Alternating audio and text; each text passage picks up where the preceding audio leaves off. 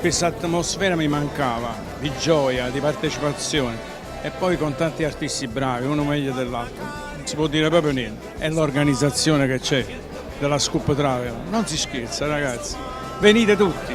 Così stasera Napoli è più bella assai ma pare, più bella assai ma pare, più bella assai ma pare. Ci vuole fanno quadre, sta coppia solamente, un mandolino siente, a luna virano, Napoli, Napoli, Napoli, Napoli, Napoli, Napoli,